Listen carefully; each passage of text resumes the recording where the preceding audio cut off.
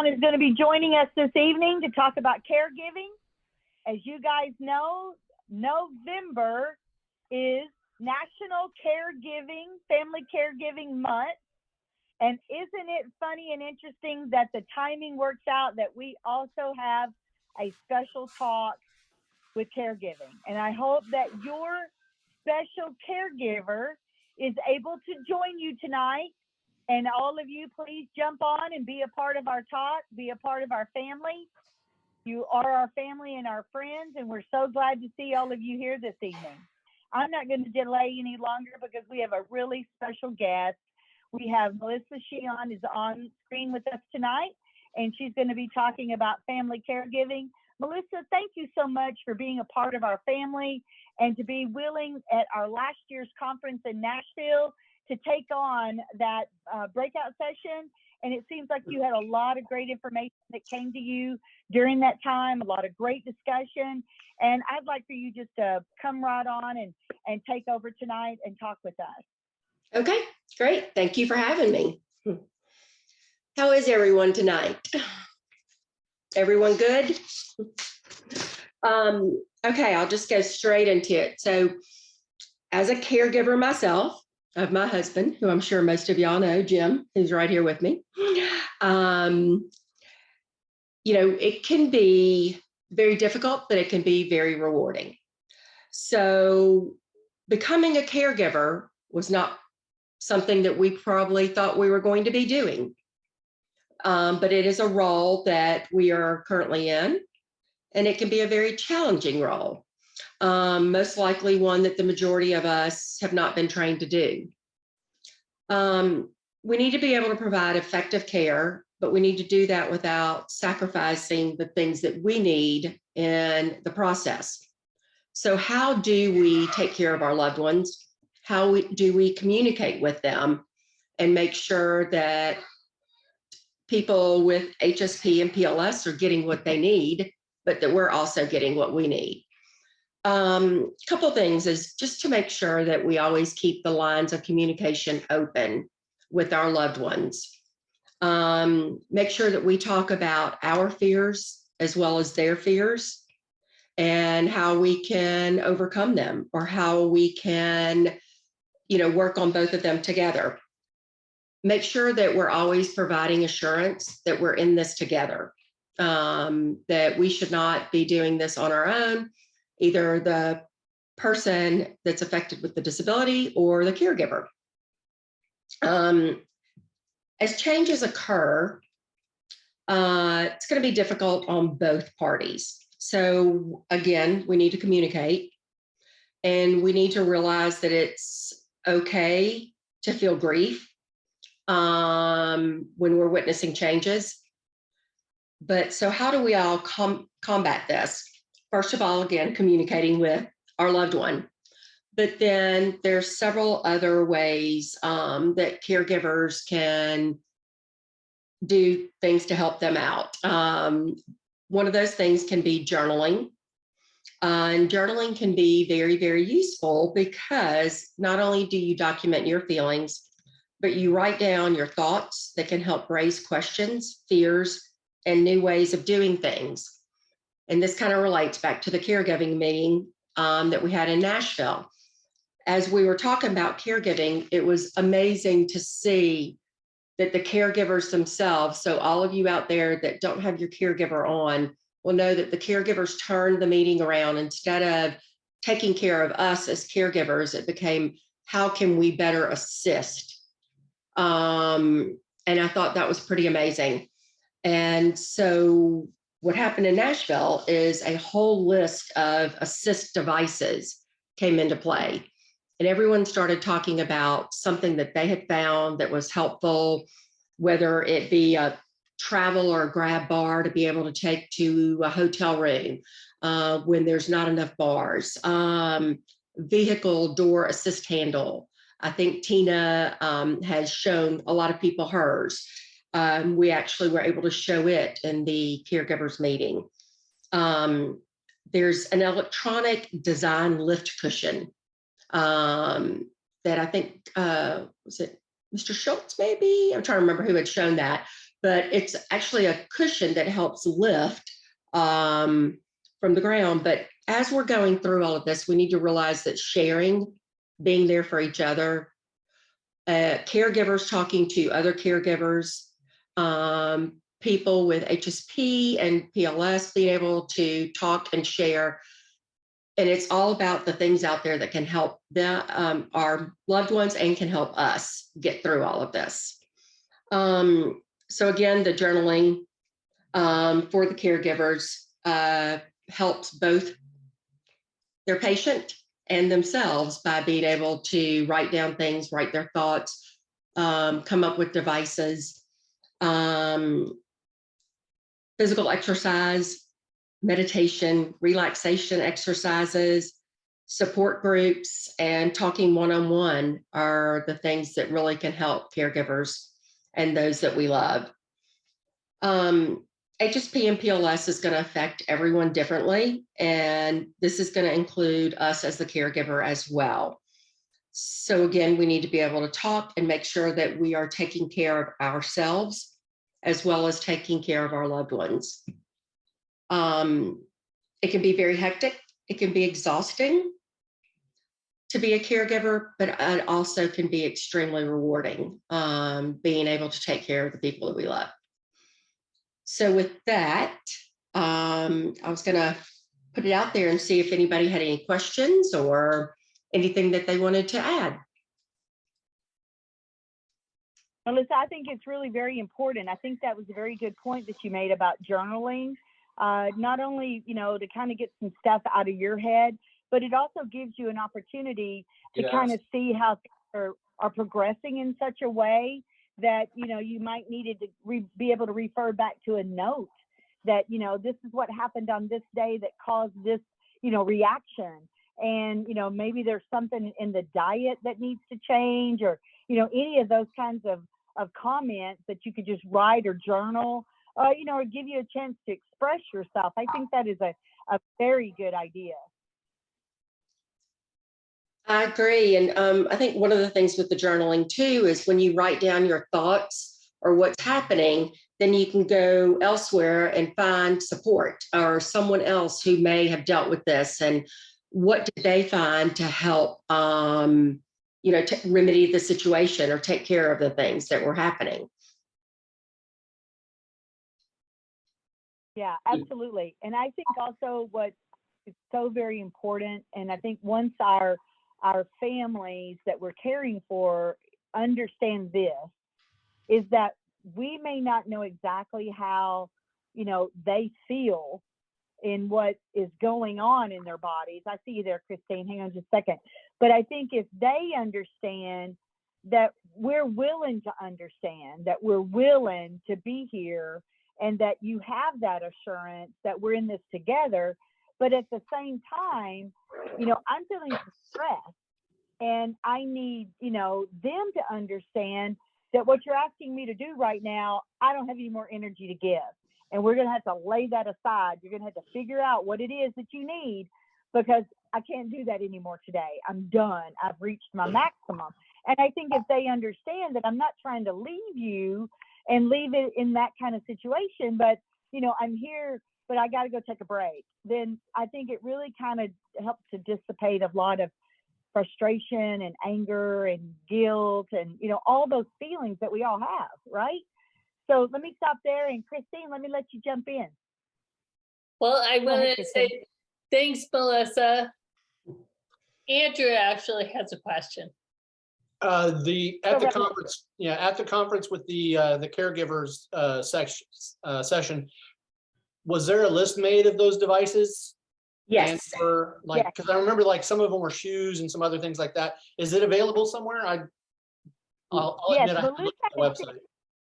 Very good. And I appreciate your asking that, because Yes. Melissa has actually sent that information to us. And I'm going to actually drop it over in the chat box so that people can see it instantly. But what we'll also do is we'll provide that information on the website, and then you can go grab it off the website as well. So you'll be able to download it off the website, but here you go.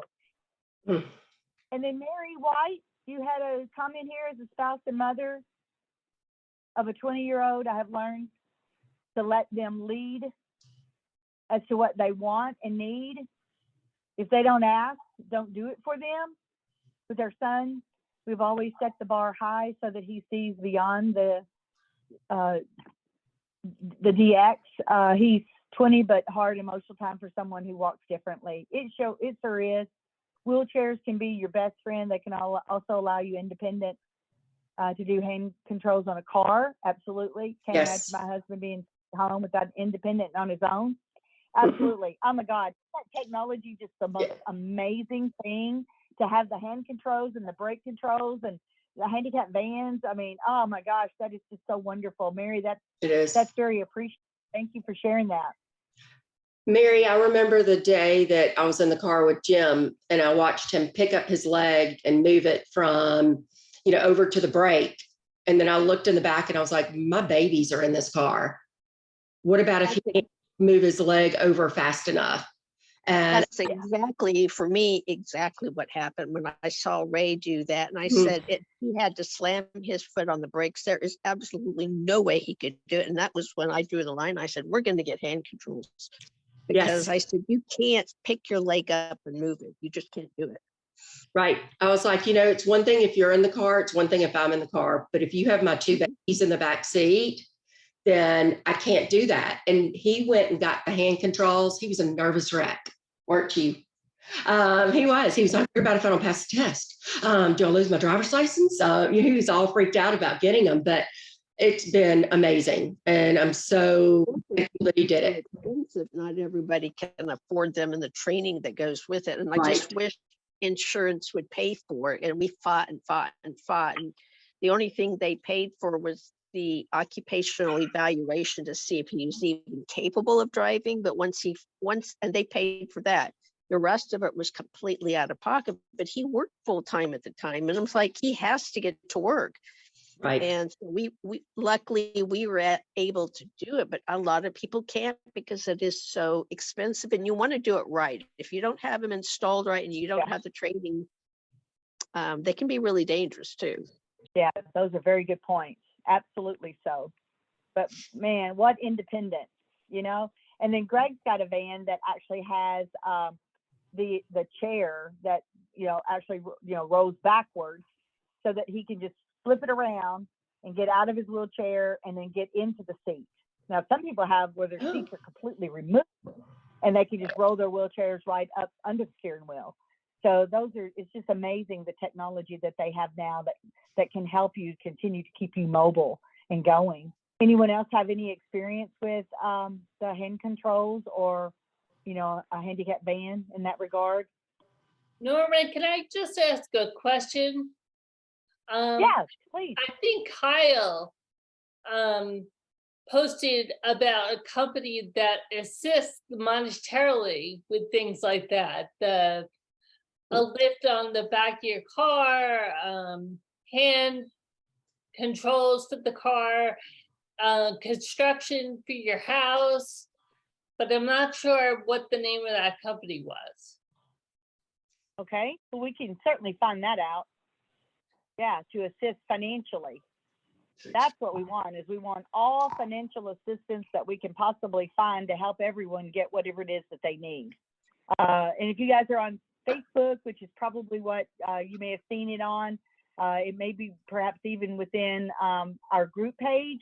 For those of you that are on social media, I certainly want to hope that you have joined the social media platforms that are, sponsored by the Spastic Paraplegia Foundation. Now there's 500, spastic paraplegia pages, and SPG this and SPG that, and, all kinds of information, but they may not be the foundation's pages. And so if you are not a member in the group or in the page, which there's two different ones, then make sure that you go to the website and the icon at the bottom of every page on the website, and it will take you just to a quick link and get you over there to that. Also that, make sure that you're on our Instagram, our LinkedIn, our Twitters, any of those other pages. And that way you kind of get a little cross of information all across the board. We'd like to invite you to be a part of those. Well, we know that, as as a caregiver, it's really hard to, basically accept the fact of what you're dealing with and accepting the feelings, your own feelings. Go ahead, Mary. Jump right on. Unmute yourself. I was on mute. I have a question. Does anybody have any tips on what we as HSP, the patient, can tell the caregiver about HSP or something that's confronting us immediately, that doesn't sound like a nag or a complaint? I'm So thinking loose how do you mean? rugs or furniture that's like in the way of my walker or something like that. So add a little bit more comment. So how are you saying, what kind of tip are you looking for that helps us? Yeah, I'm looking caregivers? It's so important for patients to be able to communicate with their caregivers, but I guess I want to see if there are tips for patients that doesn't sound like a complaint or a nag. Like for me, loose rugs make me crazy. And that's something where if I see it, I want to say that rug needs to be out of the way or something like that. That's just an example. And I want to do that in a way that doesn't sound like that I'm complaining about the placement of the rug. That it's something that I need, but I don't want to sound like I'm being shrill and mean in conveying that. So kind of what I'm kind of looked at to Jim, because I know that there's a lot of times that Jim has had to come to me or to the kids and say, hey, you keep leaving your shoes right here. I can't get over your shoes. I'm going to fall. I'm going to end up getting hurt. But how can he do that, I guess is what you're asking, without sounding like he's nagging? Yes. And I think that's all part of kind of going back to where I was talking about it. It's not just us that needs to be able to have that open line of communication. It's the person that we're caring for needs to be able to talk to us, but we need to be able to accept that. We need to be able to take a step back too and say, okay, they're not trying to nag, they're trying to protect themselves, and we need to realize that. So I think it's really sitting down with your caregiver and maybe coming up with a list of things and saying, thank you so much for what you do when you're doing this, this, and this. There are a couple things that I think could help me tremendously moving forward if we can just try to be a little bit more conscious of these things, or kind of word it like that. I mean, and it may be, Mary, that you just have to get maybe, a housekeeper or a family member that can come in and just kind of clear the path for you and just say, you know what, this chair's got to go. We've got to move this out of the way, and we've got to find a way to make this as, mobile as possible for you to get through with whatever, devices that you need. And, it may be that, you've got to have a third party, to really kind of come in and go, gosh, how do you even get around that coffee table? That's almost like a death trap with a corner on it. I mean, you need to maybe think about having someone that can come in and help you, move some of those things out of the way. And I don't want to say clean house. That's not what I'm talking about, but rearrange it in such a way that gives you more of an open concept, that gives you that, ability to move around things. Uh-huh. And some of that is, it's just not healthy. And it's that little tidbit of stuff that can be argumentative. You see it as frustrating, and they may hear it as nagging, but it's like, it's serious on your part, and you need to, have the ability to get that, moved out of your way. And as a caregiver, I feel like it's my responsibility too, to make sure that that's happening. I know, like when Jim and I go to other people's houses, I don't want to disrupt their house, but I have to look out for him too. So I'm like, do you mind if we move this little table over a little bit? And then Jim would be able to use his wheelchair. If not, he's going to have to come in on his canes and then he's got, a 90% chance of falling.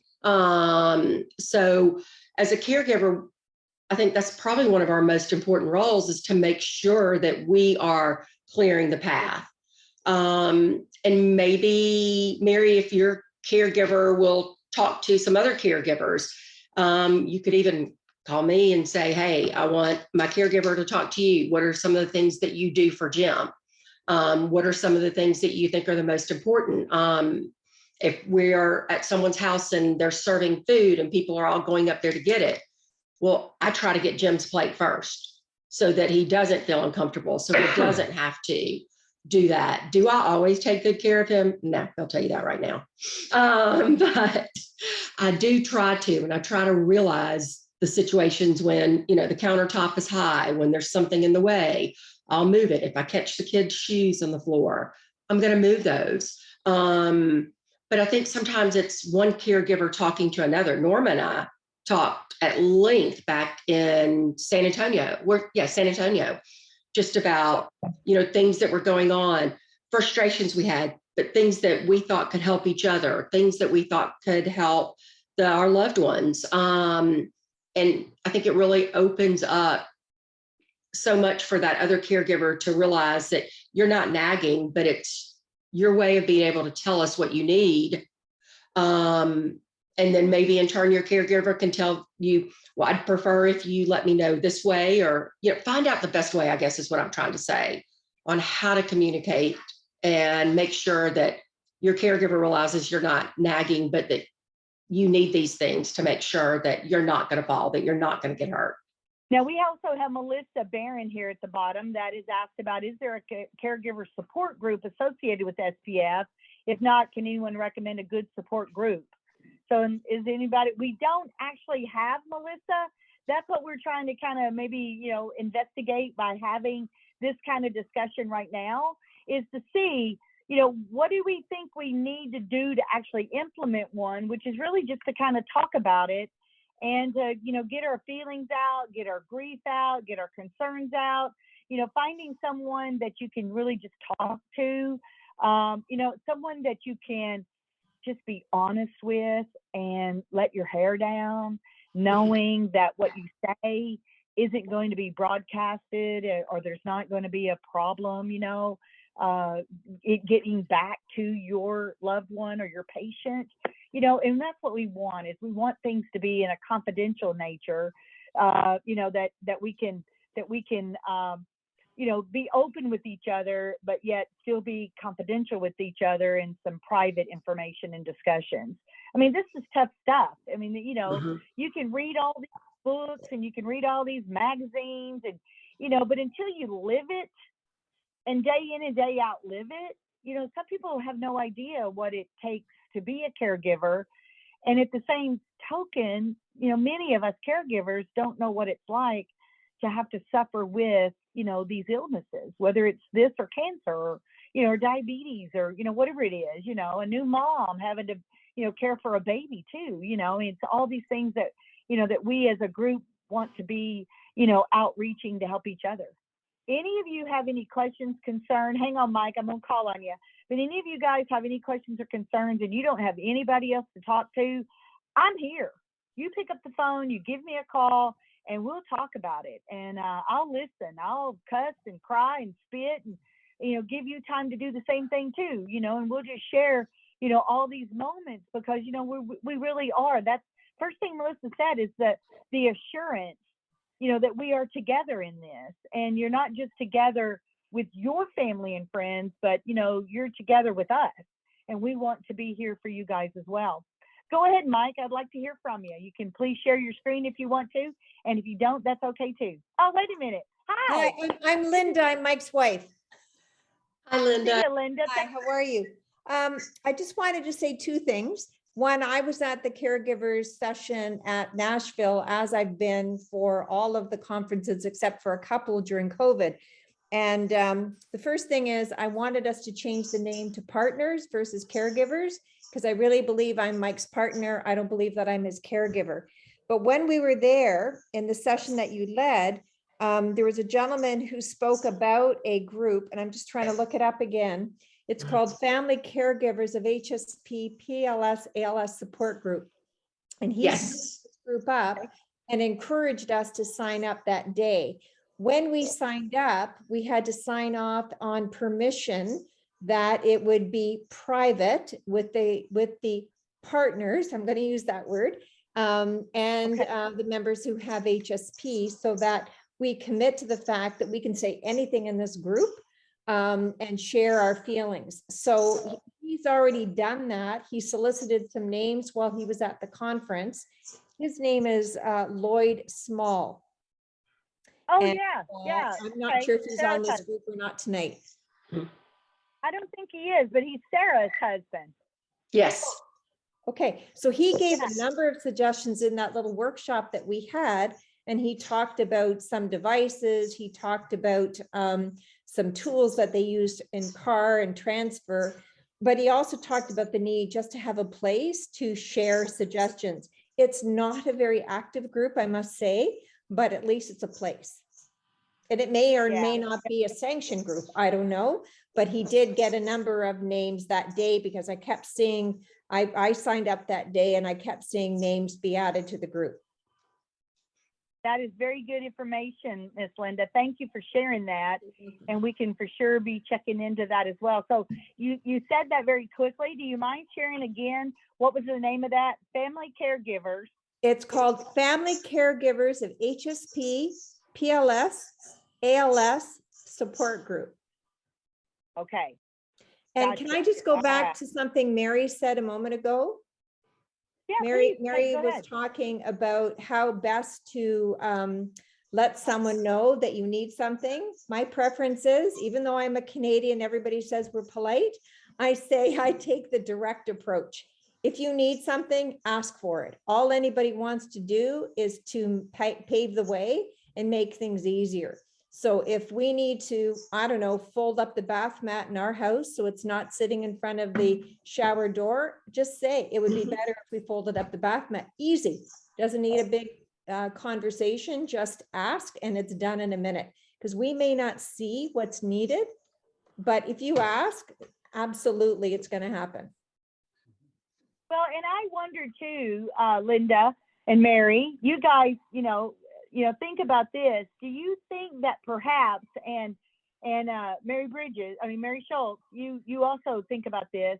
You maybe stepped away now, but do you think that this may be a different kind of perspective because you guys are women caring for men, but like Mary Schultz position is that she's the patient and she's got a male caregiver. And so I believe in a direct route to communication.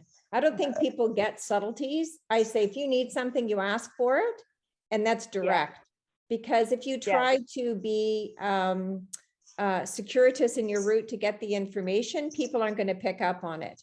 I really believe in the goodness of people. We want to help people. We want to be supportive. You don't want to try to figure out what people want to say. So if you need something, male or female, ask for it directly, and the chance of getting whatever you need is going to be a lot stronger. My opinion. I see your. Thank you so much. That is so very good advice. And one of the things that Mary White also added over here in the comments, Marion, I so appreciate your comments, and you guys, I hope, are looking and keeping an eye over here as well, is that, you got to have a sense of humor. You've got to find ways to, just kind of lighten the load with a little bit of humor and maybe a little bit of teasing. But, sometimes teasing can turn into cynicism and criticisms. And, sometimes feelings get hurt. And I think if you can look at things, from that perspective, it helps to lighten the load along the way, for sure. Absolutely. We want this to be an open forum. And if you guys feel that, having the opportunity to, have a support group that is coming together, on a regular basis, we can certainly, have this Zoom technology to do that. And, pop on when you need to, pop off when you need to, and come and go, or throw out a question and let's see, how do you handle this? We don't really have these manuals that tell you about the things. until you're faced with it. And, you know, again, working together as a family and a group, that's, you know, it's what we're trying to do. You know, I think one of the worst things that you can do is to create or have a sense of like anger and resentment because of the things that our patients, you know, our partners are asking of us. But I think if you have that open communication and you say, look, I've already done all the Thanksgiving I'm going to do, and I'm not going to cook anymore. This is all you're getting. You're going to have to let me rejuvenate after this. And then, you know, get up the next day and start over again. But I know that some of the situations that, you know, we're living is very difficult. And if you have a person, you know, that you can take time and maybe swap out and have somebody to come in and be a respite for you to have the day away that you need. You know, I think sometimes when I'm not right here with Greg all the time, I think he then appreciates it when I do show back up and I'm here. And he's like, oh, wait a minute, you know, I didn't really appreciate the fact that, you know, they at church this week, they had this game night, game food night, something. Yeah, wild game night. And that means that all of these hunters, and there was like 1,000 men, no women were invited. And all the men cooked all the food, and, you know, they had like this, you know, speaker to talk, and it was like buffet food, you know. And of course, I'm always there to do whatever I need to do to make it, you know, comfortable and easy for him. But his son shows up, did a great job, no complaints at all, but it wasn't quite me, you know. So when he gets back, he was like, yeah, I really missed you being there with me, you know. But it gave him an opportunity to have the guy night, you know, and be out at the wild game dinner. It gave me a chance to kind of do something that I wanted to do. But at the same time, when he got back, he realized, wait, I really wish that you'd been with me, you know, not because I'll do something better than his son, but you have that opportunity of, you know, having that friendship and camaraderie with your family, and you just really don't want to be apart, you know. So if you can find those moments to get through all of that, then you realize that, you know, you appreciate that person a little bit more. My best college friend in the whole world, she had ALS, and her boyfriend moved her into his house to take care of her, and it was really tough because she had a 5-year-old little boy, and she wasn't going to see the little boy if the boyfriend hadn't taken care of her. And it got to the end of her life, and it got to the point where she couldn't do anything. All she could do is had this big flat screen, you know, TV in front of her that her eyeballs would read. You guys probably know the technology I'm talking about, and it would speak for her. But she got to the point where she couldn't do anything. All she could do really literally was moan and groan, make some kind of sound, and blink her eyeballs so that the machine would talk for her. Well, the boyfriend, he really got to the point where he didn't even want to hear her make a sound. If she ever even just grumbled, he would just cringed. And I saw that because I would go every 5 weeks and stay with her a week. She lived in Maryville, Tennessee, foothills of Gatlinburg, with the boyfriend. She was from Knoxville, but she moved in with him. And I saw that, and it really became very unhealthy. And she really got like she was almost scared that he was going to hurt her.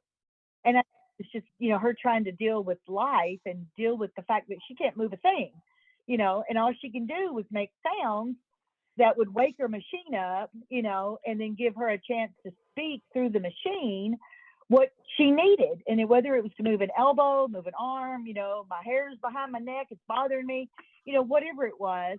But he got to be where he resented her. So, you know, you never want to be in the position that you resent. That's certain that you take a break. You know, you just got to take a break, whatever it is. You've got to call in the Calvary to get you some additional assistance. And you, as you're looking at some of these resources that we may be able to uncover, and if you guys know of any resources, send them to us, and we'll for sure put them on the website. But, there are some respite programs. I know that there are some area aging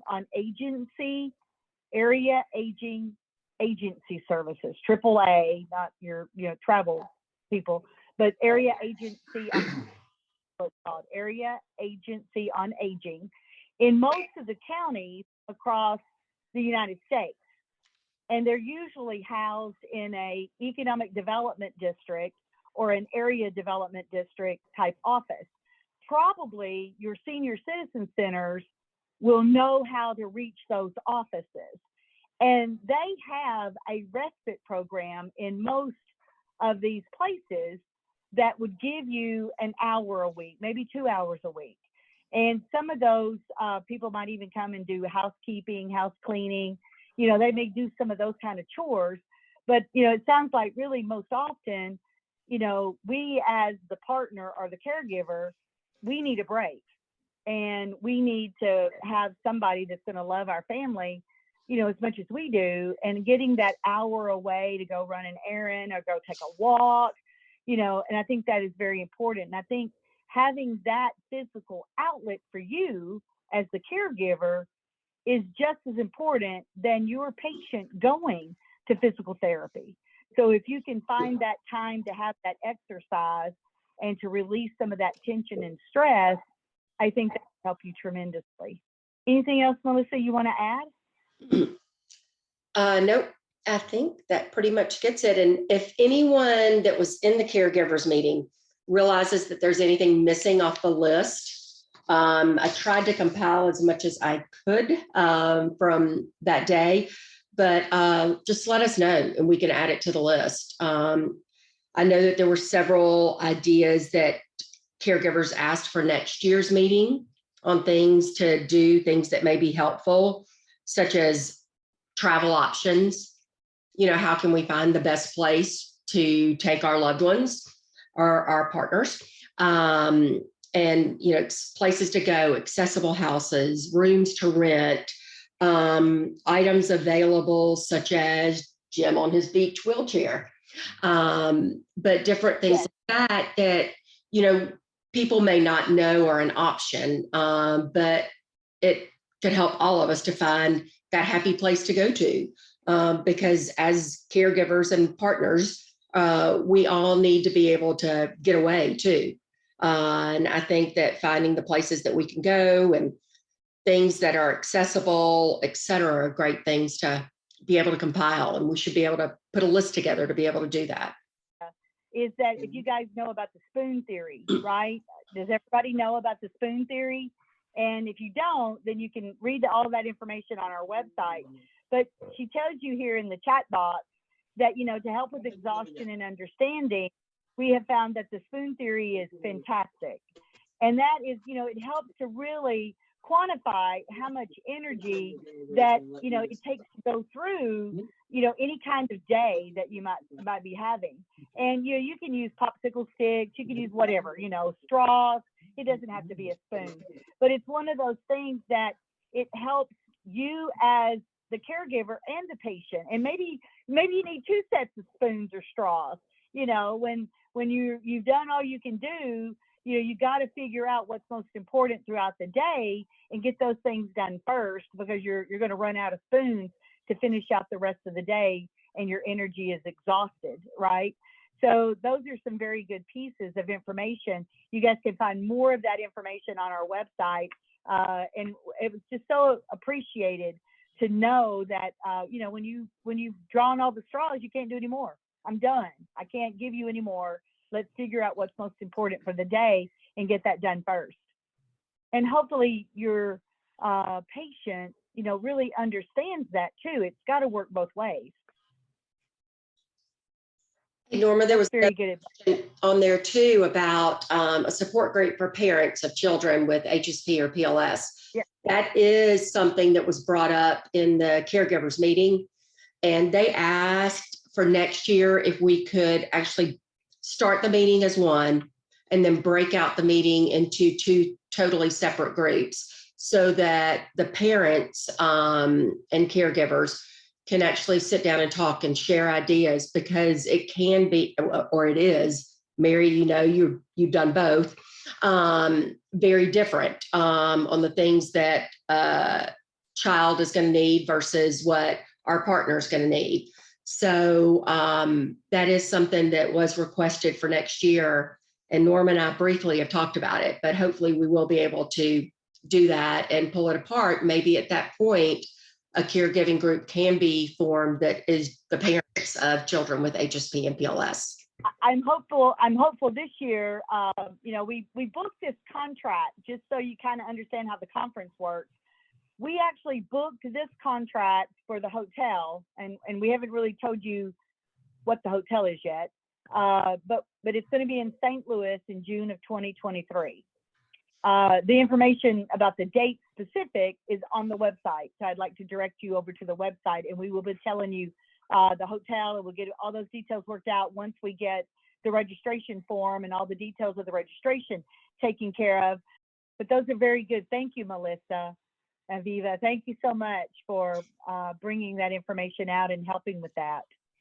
It's so important. And, and we want to have a place, not only for the parents to have a conversation and have an open discussion about their children, confidentially, protected kind of environment of discussion, but we really want also for those children to have an experience as well at the conference meeting and having a good time. So, we're always trying to, see how do we do that? How do we make their agenda, be informative and fun? It can't be all medical terminology when you've got, varying ages of young folks. So we're trying to see what we can do to keep that, a little more lively in that regard. Don't feel guilty. Don't ever put yourself in an anger or a resentment and, any kind of little snippety remarks, keep it up on board, keep it straight, keep it, short. We're dealing with grief in so many different ways. We didn't plan that our spouses, our families, our kids were going to be in these situations. It's not something that we would ever wish on anybody. And yet here we are.